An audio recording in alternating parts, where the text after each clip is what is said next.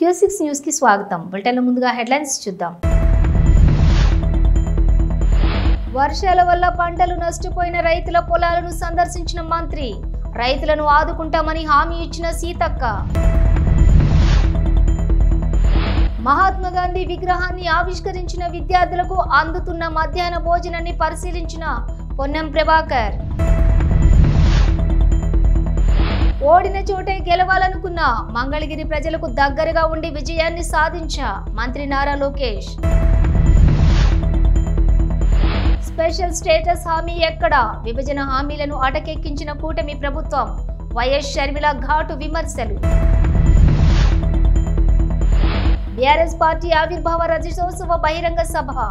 భారీ జనం రావాలన్న మాజీ మంత్రి సిద్దిపేట ఎమ్మెల్యే హరీష్ రావు. పవన్ కళ్యాణ్ బ్లాక్ వద్ద అగ్ని ప్రమాదం.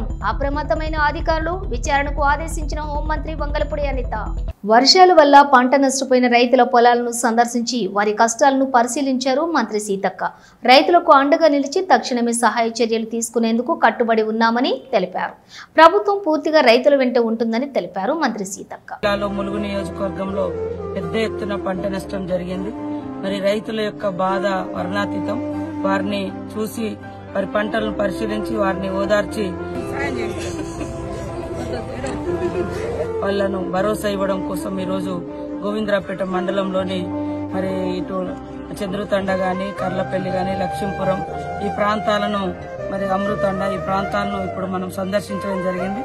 మాతో పాటు అగ్రికల్చర్ అధికారులు కూడా ఉన్నారు. కలెక్టర్ గారికి కూడా ఆదేశించడం జరిగింది. వెంటనే సర్వే చేసి మరి వాళ్లకు నష్టపరిహారం కూడా ప్రభుత్వము ఇస్తే తప్పకుండా సర్వే కూడా ఇమీడియట్లీ సర్వే చేయమని చెప్పడం జరిగింది. మిర్చి రైతులు కూడా అక్కడక్కడ పాపం కళ్ళల్లో పోసుకునే కూడా తడిచిపోయింది. అదేవిధంగా పెద్ద ఎత్తున పంట నష్టం, ముఖ్యంగా మరి వరి నష్టం అనేది ఈ ప్రాంతంలో జరిగింది. కోతకొచ్చినటువంటి పంట కోసుకునే టైంలో ఇంకా 2-3 రోజులైతే ఇండ్లకి వచ్చే ధాన్యం మొత్తం కూడా మరి నీళ్ల పాలైపోయింది. కాబట్టి వాళ్ళందరినీ కూడా ధైర్యంగా ఉండమని కోరుతూ వాళ్లకు తప్పకుండా ప్రభుత్వం నుంచి సాయం అందే విధంగా చొరవ తీసుకుంటాం. ముఖ్యమంత్రి గారి దృష్టికి తీసుకెళ్తాం. సంబంధిత మంత్రి తుమ్మల నాగేశ్వరరావు గారి దృష్టికి కూడా తీసుకెళ్లి తప్పకుండా ఈ కుటుంబాలని ఆదుకుంటామని తెలియజేస్తూ అందరూ ధైర్యంగా ఉండాలని కోరుతున్నాం. హుస్నాబాద్ నియోజకవర్గంలో కోహెడ మండలం నాగసముద్రాల మోడల్ స్కూల్లోని మహాత్మా గాంధీ విగ్రహాన్ని ఆవిష్కరించారు మంత్రి పొన్నం ప్రభాకర్ గౌడ్. విద్యార్థుల కోసం స్కూల్లోని మినరల్ వాటర్ ప్లాంట్ ఏర్పాటు చేస్తామని హామీ ఇచ్చి విద్యార్థులకు అందుతున్నటువంటి మధ్యాహ్న భోజనాన్ని పరిశీలించారు. జీవితంలో మనం తీసుకునే కొన్ని నిర్ణయాలు మనల్ని మార్చేస్తాయి. అలాంటి నిర్ణయమే నేను 2019లో తీసుకున్న నిర్ణయం. మంగళగిరి నుండి పోటీ చేయాలని నిర్ణయించుకోవటమే అని, కానీ తక్కువ సమయం కావడంతో ప్రజలకు కనెక్ట్ కాలేకపోయానని, దానివలన తక్కువ ఓట్లతో మెజారిటీతో ఓడిపోయానని తెలిపారు నారా లోకేష్. ఓటమి తర్వాత కూడా మంగళగిరి ప్రజలకు దగ్గరగా ఉండి 2024 అత్యధిక మెజారిటీతో మంగళగిరి ప్రజలు తనను గెలిపించారని అన్నారు నారా లోకేష్. జీవితంలో మనం తీసుకున్న కొన్ని నిర్ణయాలు మన్నే మార్చేస్తుంది. 2019లో నేను ఒక నిర్ణయం తీసుకున్నాను. నాకు పరిచయం లేని నియోజకవర్గంలో పోటీ చేయాలని. ఆ నియోజకవర్గం పేరే మంగళగిరి. ఆనాడు అతి తక్కువ సమయం ఉన్నందుక నేనేంటో మీకు అర్థం లేదు, మీ సమస్యలు ఏంటో నేను తెలుసుకోలేకపోయా. నేను వచ్చిన 20 రోజులకి ఎన్నికలు అయిపోయినాయి. 5300 ఓట్లతో ఆనాడు నేను ఓడిపోయిన రోజు బాధ కలిగింది. రెండో రోజు నుంచి ఆ బాధ, ఆవేదన నాలో కసి పెంచింది. ఇంకా కష్టపడాలి, మంగళగిరి ప్రజల మనసు గెలుచుకోవాలి. ఏ మెజారిటీ అయితే ఓడిపోయానో దాని పక్కన ఒక 0 పెట్టుకుని గెలవాలి ఆ లక్ష్యంతో ఓడిపోయిన మరుసటి రోజు నుంచి నేను మీకోసం పనిచేశాను. తెలుగుదేశం పార్టీ నాయకత్వంతో దాదాపు 26 సంక్షేమ అభివృద్ధి కార్యక్రమాలు మంగళగిరి ప్రజల కోసం మేము చేస్తాం జరిగింది. మీకు ఆరోగ్యం బాగాలేకపోతే ఎన్టీఆర్ సంజీవిని పేరుతో మంగళగిరిలో ఒక క్లినిక్, తాడేపల్లిలో క్లినిక్, దుగ్గిరాలకు ఒక మొబైల్ క్లినిక్ పెట్టి ఉచితంగా చికిత్స కాదు మందులు కూడా ఈ రోజు కూడా మేము ఇస్తున్నాం. ఎక్కడన్నా నీటి సమస్య ఉంటే వాటర్ ట్యాంకర్లు పెట్టి నీళ్లు తోలాం. పిల్లలకి బాగా చదువుకున్నారు, ఉద్యోగాలు ఉపాధి కావాలంటే వాళ్ళకి స్కిల్ డెవలప్మెంట్ కూడా ఆనాడు మేము చేశాం. ఇంకా ఇంట్లో పెళ్లి జరిగితే నేను రాలేకపోతే స్వయంగా బట్టలు కూడా పెడతాం జరిగింది. నిరుపేద కుటుంబాలు సొంత కాలుపై నిలబడాలన్న ఆలోచనతో తోపుడు బండ్లు ఇచ్చాం. మహిళలకి ఆర్థిక స్వాతంత్రం రావాలని కుట్టు మెషినే కాదు ట్రైనింగ్ మరి ఇచ్చి కుట్టు మెషిన్ అందజేసి ఈ రోజు వాళ్ళ పని కూడా మేము కల్పిస్తున్నాం. కోవిడ్ వస్తే ప్రభుత్వం అని మర్చిపోయింది కానీ ఆనాడు నేను మర్చిపోలేదు. ఆక్సిజన్ గాని, మందులు గాని అమెరికా డాక్టర్ల ద్వారా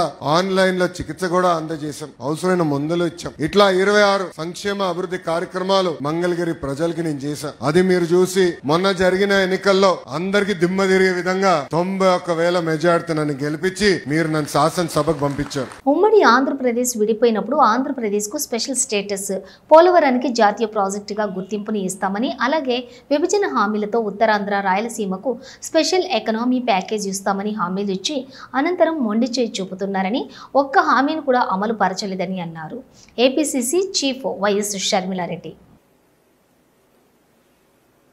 వాటిలో భాగంగా ఆంధ్ర రాష్ట్రానికి సంబంధించి స్పెషల్ స్టేటస్, ఆంధ్ర రాష్ట్రానికి పోలవరం ప్రాజెక్టు ఒక జాతీయ ప్రాజెక్టుగా చేపట్టడం, ఈ రెండు చాలా ముఖ్యమైన అంశాలైతే మిగతావి ఎన్నో విభజన హామీలు, ఉత్తరాంధ్ర రాయలసీమకు స్పెషల్ ఎకనామిక్ ప్యాకేజెస్ అయితేనేమి, వైజాగ్ చెన్నై ఇండస్ట్రియల్ కారిడార్ అయితేనేమి, రైల్వే జోన్ అయితేనేమి, దుగ్గపట్నం పోర్ట్ అయితేనేమి, కడప స్టీల్ ఫ్యాక్టరీ అయితేనేమి, వైజాగ్కి విజయవాడకి మెట్రో అయితేనేమి, ఇలాంటివి ఎన్నో కూడా ఆంధ్ర రాష్ట్ర ప్రజల హక్కు. ఇది 2014లో ఆంధ్ర రాష్ట్ర ప్రజలకు ఇచ్చిన హక్కులైతే ఈ రోజుటి వరకు 2025లో ఉన్నాం, ఈ రోజుటి వరకు కూడా ఒక్కటంటే ఒక్కటి కూడా రాజధాని నిర్మాణంతో సహా ఒక్కటంటే ఒక్కటి కూడా ఆంధ్ర రాష్ట్ర ప్రజల చేతుల్లో పెట్టిన పాపాన పోలేదు బీజేపీ ప్రభుత్వం 2014 నుంచి అధికారంలో ఉండి కూడా. 2014 నుంచి ఈ రోజుటి వరకు బీజేపీ పార్టీ అధికారంలో ఉంది. ఆ రోజు నుంచి ఈ రోజుటి వరకు బీజేపీ పార్టీ ఆంధ్ర రాష్ట్ర ప్రజలకు వెన్నుపోటు పొడుస్తూనే ఉంది. ప్రత్యేక హోదా ఆంధ్ర రాష్ట్రానికి అతి ముఖ్యమైన ఇష్యూ. మోడీ గారు ప్రధానమంత్రి కాకముందు 2014లో మోడీ గారు చెప్పిన మాట, విభజిత ఆంధ్ర రాష్ట్ర అభివృద్ధి బాధ్యత నాది అన్నారు. ప్రత్యేక హోదా 5 సంవత్సరాలు సరిపోదు, 10 సంవత్సరాలు ఇస్తాము అన్నారు. ఇలాంటివి ఎన్నో పెద్ద పెద్ద మాటలు. ఢిల్లీని తలపించే రాజధాని కడతామంటారు అన్నారు. పోలవరం జాతీయ ప్రాజెక్టుగా మొత్తం కేంద్రమే కడుతుంది అన్నారు. ఇలాంటివి ఎన్నో పెద్ద పెద్ద ప్రామిసెస్, టాల్ ప్రామిసెస్ చేసి కూడా ఇన్ని సంవత్సరాలైనా 11 సంవత్సరాలైనా ఈ రోజుటి వరకు కూడా మోడీ గారు ఒక్కటి కూడా నిలబెట్టుకోలేదు అంటే మోడీ గారు ఆంధ్ర రాష్ట్ర ప్రజలను మోసం చేశారు అని మేము ఆరోపిస్తే అది తప్ప? మోడీ కేడీ అంటే తప్ప?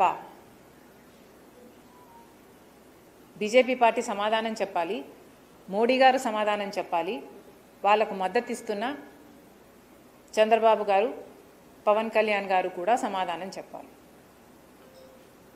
ఆంధ్ర రాష్ట్రానికి ప్రత్యేక హోదా అన్నది ఎంత ముఖ్యమో అంతే ముఖ్యం పోలవరం ప్రాజెక్టు. ప్రత్యేక హోదా మన బిడ్డల భవిష్యత్ అయితే పోలవరం ప్రాజెక్టు మన రైతులకు ఊపిరి. ప్రత్యేక హోదా ఎంత ముఖ్యమో పోలవరం ప్రాజెక్టు కూడా అంతే ముఖ్యం. అలాంటిది పోలవరం ప్రాజెక్టు ఈ రోజు వరకు కూడా పూర్తి కాలేదు అంటే దానికి బాధ్యత ఎవరు వహించాలి? ఏప్రిల్ 27న వరంగల్లో జరిగే పార్టీ ఆవిర్భావ రజతోత్సవ బహిరంగ సభ సందర్భంగా సిద్దిపేట నియోజకవర్గం ముఖ్య నాయకులతో సభ సన్నాహక సమావేశం జరిగింది. ఈ సందర్భంగా మాట్లాడుతూ మాజీ మంత్రి సిద్దిపేట ఎమ్మెల్యే హరీష్ రావు మాట్లాడుతూ సిద్దిపేటకు 25 ఏళ్ల గులాబీ జెండా కీర్తి ఉందని, పార్టీ పెట్టి లక్ష్యం సాధించి ఆ లక్ష్యంతో అద్భుతమైన అభివృద్ధి సాధించి దేశానికి ఆదర్శంగా నిలిచిన పార్టీ బీఆర్ఎస్ పార్టీ అని అన్నారు హరీష్ రావు. సిద్దిపేట నియోజకవర్గం నుండి 20,000కు పైన జన సమీకరణ ఉండాలని, పెద్ద ఎత్తున జనం తరలి రావాలని ఆయన కోరారు. ఈ కార్యక్రమంలోని నియోజకవర్గ ముఖ్య నాయకులు పాల్గొన్నారు. శ్రీరామనవమి సందర్భంగా ఏప్రిల్ 6వ తేదీన అంబర్పేట జీహెచ్ఎంసీ గ్రౌండ్ నుండి చే నంబర్ తిలక్ నగర్ మీదుగా హనుమాన్ వైమశాల వరకు జరగబోయే శోభాయాత్రకు ప్రజలు తరలి రావాలని బీజేపీ హైదరాబాద్ సెంట్రల్ జిల్లా ప్రధాన కార్యదర్శి కృష్ణగౌడ్ బాగ్ అంబర్పేటలోని పలు కాలనీలలో ఇంటింటికి తిరుగుతూ కరపత్రాలను అందజేశారు. హిందూ ఐక్యతను చాటి చెప్పేలా ఉండాలని ప్రజలందరూ శోభాయాత్రలో పాల్గొని విజయవంతం చేయాలని కోరారు. ఈ కార్యక్రమంలో బీజేపీ బాగ్ అంబర్పేట డివిజన్ ప్రెసిడెంట్ చుక్కా జగన్, గోవర్ధన్ రెడ్డి, అడప చంద్రమౌళి, రామ్ రెడ్డి, ఏవీపీ నాయకుడు ప్రవీణ్, ఇతర బీజేపీ సీనియర్ నాయకులు తదితరులు పాల్గొన్నారు. ఈరోజు శ్రీరామనవమి శోభాయాత్ర సందర్భంగా 6వ తారీఖు నాడు జరగబోయే శ్రీరామనవమి శోభాయాత్ర సందర్భంగా మన బాగంబర్పేట డివిజన్ కార్యవర్గము అధ్యక్షుల వారి ఆధ్వర్యంలో ఈ ప్రోగ్రాము అయ్యప్ప స్వామి బాగంబర్పేట అయ్యప్ప స్వామి టెంపుల్ దగ్గర ఈ కార్యక్రమము కరపత్రాలు పంపిణీ కార్యక్రమము ప్రతి ఒక్క ఇంటికి తిరుగుతూ మరి ఇక్కడ రావడం అనేది జరిగింది. కనీ విని ఎరగని రీతిలో అంబర్పేట్ మున్సిపల్ ప్లే గ్రౌండ్ నుండి ఉదయము అన్ని బస్తీలలో శ్రీరామ కళ్యాణము జరుపుకొని మనం ఇంట్లో పెళ్ళైతే ఏదైతే ఉంటుందో పెళ్ళైన తర్వాత మన ఆడపడుచుని ఏ విధంగా మనం సాగనంపుతామో మన దీన్ని ఏమంటారంటే ఒక ఊరేగింపుగా, అందుకనే ప్రతి ఒక్కరు కూడా ఈ యొక్క ఊరేగింపులో పాల్గొనాలి. ఈ సందర్భంగా మేము అందరికీ ఇంటింటా ప్రతి ఒక్క హిందూ సోదరులందరూ కూడా మేము మనవి చేస్తూ మరి అందులో భాగంగా ఈనాడు చేయడం అనేది జరిగింది. శ్రీరమణ మున్సిపల్ గ్రౌండ్, శ్రీరమణ చౌరస్తా, చే నంబర్ చౌరస్తా, తిలక్ నగర్ చౌరస్తా, ఫీవర్ హాస్పిటల్ చౌరస్తా, బర్కత్పుర చౌరస్తా, టూరిస్ట్ హోటల్, వీర సావర్కర్ వరకు ఈ యొక్క శోభాయాత్ర బ్రహ్మాండంగా ప్రతి ఒక్కరు కూడా, అందుకనే మన ఇంట్లో పెళ్ళి అయితే ఏ విధంగా పత్రికలు ఇస్తామో అదే విధంగా ఈనాడు ఇంట తిరిగి మేము ఈ కార్యక్రమం అనేది చేపట్టడం అనేది జరిగింది. ఎక్కడ కూడా జరగనటువంటి యావత్ భారతదేశం మొత్తం కూడా ఈ శ్రీరామ కళ్యాణానికి ఎదురు చూస్తున్నారు. తదంతరం మళ్ళా ఈ యొక్క ఊరేగింపులు అందరూ కూడా హిందూ బంధువులందరూ కూడా తప్పకుండా పాల్గొనాలి అని అందరికీ ఆహ్వాన పత్రికగా ఈ విధంగానే మనము కార్యక్రమం అంతా దేశం మొత్తం చేస్తుంది, మేము కూడా చేస్తున్నాం.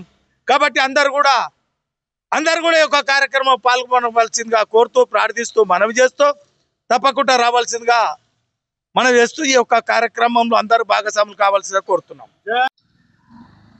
శ్రీరామనవమి సందర్భంగా అంబర్పేట మున్సిపల్ గ్రౌండ్ నుండి 6వ తేదీ మధ్యాహ్నం 3 గంటలకు ఎంతో శోభాయమానంగా శ్రీరాముల సీతారాముల శోభాయాత్ర కార్యక్రమాన్ని అంబర్పేట అసెంబ్లీ నియోజకవర్గం ఆధ్వర్యంలో మన డాక్టర్ ఎన్ గౌతమ్ రావు గారు, అంబర్పేట అసెంబ్లీ కన్వీనర్ గారి ఆధ్వర్యంలో ఎంతో వైభవంగా వివిధ రకాల సాంస్కృతిక కార్యక్రమాలతో, అదేవిధంగా అనేక మంది స్వాతంత్ర సమరయోధులతో, శివాజీ, రాముడు, హనుమంతుడు ఇలాంటి వేషధారణలో ఎంతో కన్నుల పండుగగా ఈ యొక్క శోభాయాత్ర జరగనున్నది. కాబట్టి బాగంబర్పేట్ డివిజనే కాకుండా మన హిందూ బంధువులందరూ కూడా అందరూ తరలి వచ్చి అంబర్పేట మున్సిపల్ గ్రౌండ్ మొత్తం కూడా ఆ రోజు ఎక్కడ చూసినా జన సమూహం కనిపించే విధంగా ఈ యొక్క కార్యక్రమానికి అందరూ రావాల్సిందిగా పేరు పేరున శ్రీకాకుళం వజ్రపు కొత్తూరు మండలం మంచినీళ్లపేటకి చెందినటువంటి ఇద్దరు మత్స్యకారులు చేపల వేటకు వెళ్లి మృతి చెందారు. దీంతో విషయం తెలుసుకున్న ఎమ్మెల్యే గౌతు శిరీషాం ఘటనా స్థలానికి చేరుకుని మృతుల కుటుంబీకులను పరామర్శించారు. ప్రభుత్వం పరంగా 5 లక్షలు, సీఎం సహాయ నిధి నుంచి 5 లక్షల చొప్పున ఒక్కొక్క కుటుంబానికి 10 లక్షలు ఆమె ప్రకటించారు. వల ఇంజిన్తో పాటుగా 50,000 చెక్కును ఆమె అందజేశారు. కొట్టడానికి కాదండి, ఆ కుటుంబానికి జరిగిన నష్టం ఎన్ని కోట్లు ఇచ్చినా మనం పూడ్చలేము. అయితే నిజంగా నిన్న ఉదయం జరిగిన దుర్ఘటనలో 24 గంటల లోపల ఇద్దరు సోదరులు క్షేమంగా వచ్చారు. మిగతా ఇద్దరు కూడా వస్తారని అనుకున్నాం, రాలేకపోయారు. ఈ విషయంలోని వెంటనే స్పందించిన అధికారులకు, కలెక్టర్ గారికి, ముఖ్యంగా మత్స్యకార మంత్రినే కాకుండా జిల్లా మంత్రి గారు కూడా మన వజ్రపు కొత్తూరుతో అనుబంధంతో వెంటనే ఈ విషయం చెప్పగానే ముఖ్యమంత్రి గారి దృష్టిలో పెట్టి ఉదయాన్నే ఇక్కడి నుంచి వెళ్తున్నప్పుడే అచ్చెన్నాయుడు గారు ఫోన్ చేసి డిపార్ట్మెంట్ తరపున 5 లక్షలు 2 కుటుంబాలకి, అలాగే ముఖ్యమంత్రి సహాయ నిధి తరపున 5 లక్షలు పంపిస్తామని చెప్పారు. మత్స్యకారులకి తెలుగుదేశానికి ఒక అవినాభావ సంబంధం ఉంది. పార్టీ గెలుపులోని ఓటంలో కూడా ఏ రోజు మమ్మల్ని వదలకుండా ఉన్న మత్స్యకారులు.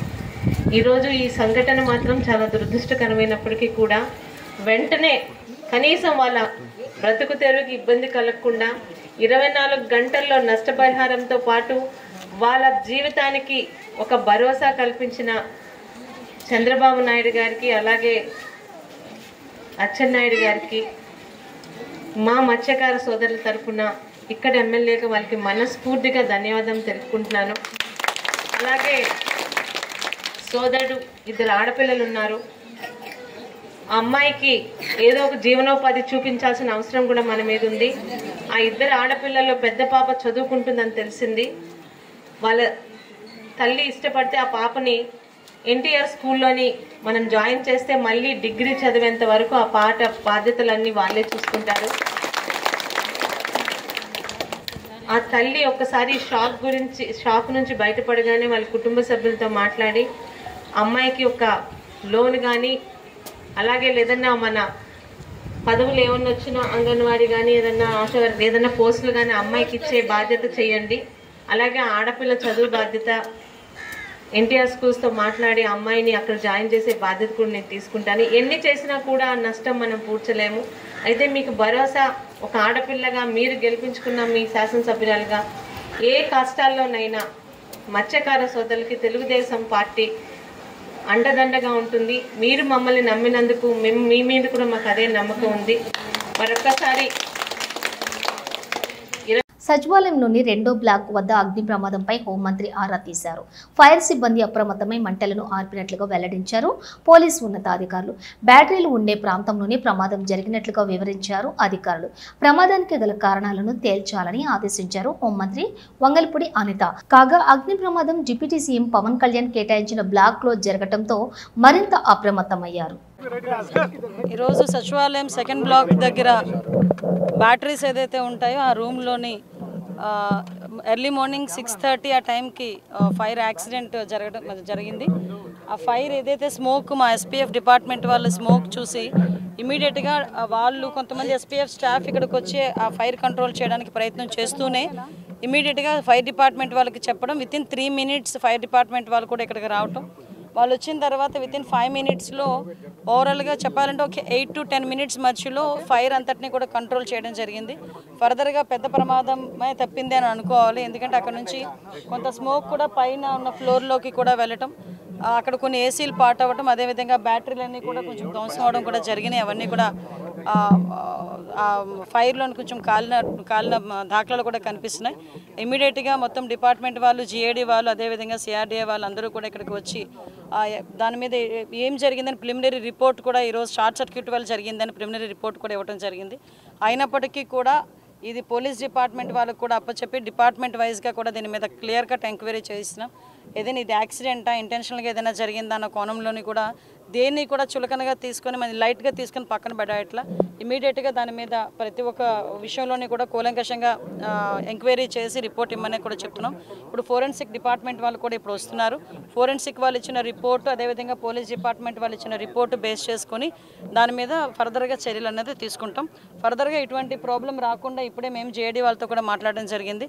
ఇమీడియట్గా ఫైర్ ఆడిట్ కూడా మేము చేస్తాం. సెక్రటేరియట్ మొత్తం కూడా ఫైర్ ఆడిట్ చేసి ఎక్కడెక్కడ మనకి ప్రికాషనరీ ఏంటేంటి ఉన్నాయి, అలారమింగ్ సిస్టమ్స్ ఎక్కడ ఉన్నాయి, ఎక్కడ పనిచేస్తున్నాయి, ఎక్కడ పని చేయట్లేదు, ఇమీడియట్గా ఆ రిపోర్ట్ కూడా మేము తెప్పించుకొని ఎక్కడ కూడా ఫర్దర్గా కూడా ఎటువంటి యాక్సిడెంట్లు జరగకుండా ఉండే బాధ్యత కూడా మేము తీసుకుంటాం. మన్యం జిల్లా సాలూరు పాచిపెంట మండలంలో 400 కేజీల గంజాయి పట్టుబడినట్టు ఏఎస్పీ అంకిత సురానా వెల్లడించారు. స్థానిక రూరల్ పోలీస్ స్టేషన్లోని విలేకరులతో ఆమె మాట్లాడారు. ఉదయం 4 గంటలకు పాచిపెంట మండలం ఆలూరు వద్ద గల గ్రీన్ఫీల్డ్ హైవేలో వాహన తనిఖీలను పోలీసులు తనిఖీ చేశారని, ఆ సమయంలో 2 కార్లపై వస్తున్నటువంటి నిందితులు పోలీసుల తనిఖీలను గమనించి కార్లను యూటర్న్ తీసుకొని మళ్లీ వెనక్కి వెళ్లారని చెప్పారు. ఇది గమనించిన పోలీసులు ఆ వాహనాలను వెంబడించగా ఆ వాహనాలను మధ్యలో విడిచిపెట్టి చీకట్లో తప్పించుకుపోయారన్నారు. ఆ 2 కార్లను సాలూరు రూరల్ పోలీస్ స్టేషన్కు తీసుకొచ్చి సోదా చేశామన్నారు. అందులో సుమారుగా 400 కేజీల గంజాయి పట్టుబడిందని, దీని విలువ సుమారుగా 39 లక్షల వరకు ఉంటుందని ఆమె తెలిపారు. అనంతరం ఆమె మాట్లాడుతూ గంజాయి నిర్మూలనకు పటిష్ట చర్యలు చేపడుతున్నట్లుగా తెలిపారు. అనంతరం మాదక ద్రవ్యాల నిర్మూలనపై పోస్టర్ను ఆవిష్కరించారు. ఒక case of illegal transportation of ganja register చేయడం జరిగింది. ఈ కేసులో మనకి ఒక ఇన్ఫర్మేషన్ వచ్చింది around 4 o'clock in the morning. Information పైన మన Salur rural CI has formed a special team తో పాటు 2 మీడియేటర్స్ అక్కడ స్పాట్ లో వెళ్లారు. Alluru village road junction Pachipenta 6 lane greenfield highway దగ్గర వెహికల్ చెకింగ్ కండక్ట్ చేసినప్పుడు 4:30 మార్నింగ్ అరౌండ్ 2 vehicles దొరికింది. These 2 vehicles were coming from పెద్దమడ village ghat road. అటు నుంచి వాళ్ళు పోలీసులు చూసి యూటర్న్ చేసి వెళ్ళిపోయారు. Our police team has made continuous effort, చేస్ కూడా చేశారు. కానీ వాళ్ళు అక్కడ వెహికల్ స్పాట్ లో వదిలేసి they have escaped. So we have seized the vehicles, 2 vehicles, 1 bolero, 1 alto. ఈ 2 vehicles చెకింగ్ చేసిన తర్వాత we have found total 43 packets, around 396 kgs of ganja, around 39 lakh worth. The entire Salur police team for good work done. We will continuously make a special team and make efforts to arrest the accused persons in this case. So especially I would like to appreciate the good work done by Salur police. Last 3 months low, that is January, February, March 2025, 100 kgs plus of ganja. So this is a very good enforcement work done to prevent ganja smuggling by Salur police team. Okay, message for general public also, that please, if you have any information regarding ganja possession, transportation or consumption, please call toll free number 1972. Inform cheyandi police ki. We will make all the efforts to catch and prevent ganja consumption and transportation. Auto డ్రైవర్ల జీవనోపాధిని దెబ్బతీస్తున్న Rapido, Uber, Ola సంస్థలను అరికట్టాలంటూ ఏలూరు జిల్లా auto and trolley drivers union CITU ఆధ్వర్యంలో జిల్లా కలెక్టర్కు వినతి పత్రం అందజేయడానికి ర్యాలీగా ధర్నా చౌక్ తరలివచ్చిన ఆటో డ్రైవర్లు, నాయకులు.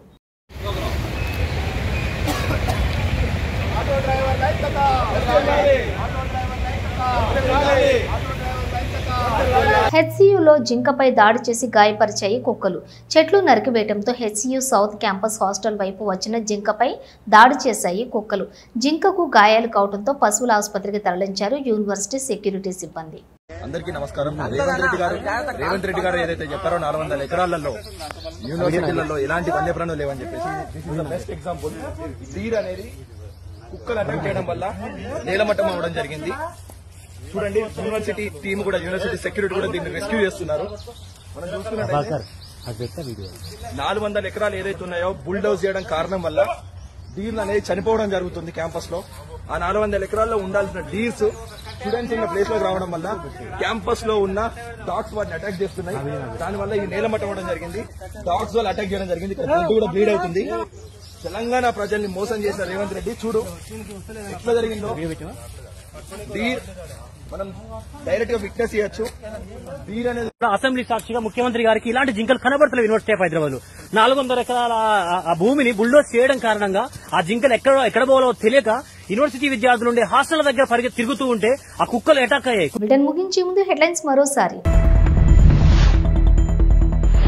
వర్షాల వల్ల పంటలు నష్టపోయిన రైతుల పొలాలను సందర్శించిన మంత్రి, రైతులను ఆదుకుంటామని హామీ ఇచ్చిన సీతక్క. మహాత్మా గాంధీ విగ్రహాన్ని ఆవిష్కరించిన విద్యార్థులకు అందుతున్న మధ్యాహ్న భోజనాన్ని పరిశీలించిన పొన్నం ప్రభాకర్. ఓడిన చోటే గెలవాలనుకున్న మంగళగిరి ప్రజలకు దగ్గరగా ఉండి విజయాన్ని సాధించా మంత్రి నారా లోకేష్. స్పెషల్ స్టేటస్ హామీ ఎక్కడ? విభజన హామీలను అటకెక్కించిన కూటమి ప్రభుత్వం. వైఎస్ షర్మిల ఘాటు విమర్శలు. బీఆర్ఎస్ పార్టీ ఆవిర్భావ రజతోత్సవ బహిరంగ సభ, భారీ జనం రావాలన్న మాజీ మంత్రి సిద్దిపేట ఎమ్మెల్యే హరీష్ రావు. పవన్ కళ్యాణ్ బ్లాక్ వద్ద అగ్ని ప్రమాదం, అప్రమత్తమైన అధికారులు, విచారణకు ఆదేశించిన హోంమంత్రి వంగలపూడి అనిత. ఇవి బులెటిన్ విశేషాలు. మరో బులెటిన్తో మళ్ళీ కలుద్దాం. అంతవరకు చూస్తూనే ఉండండి న్యూస్.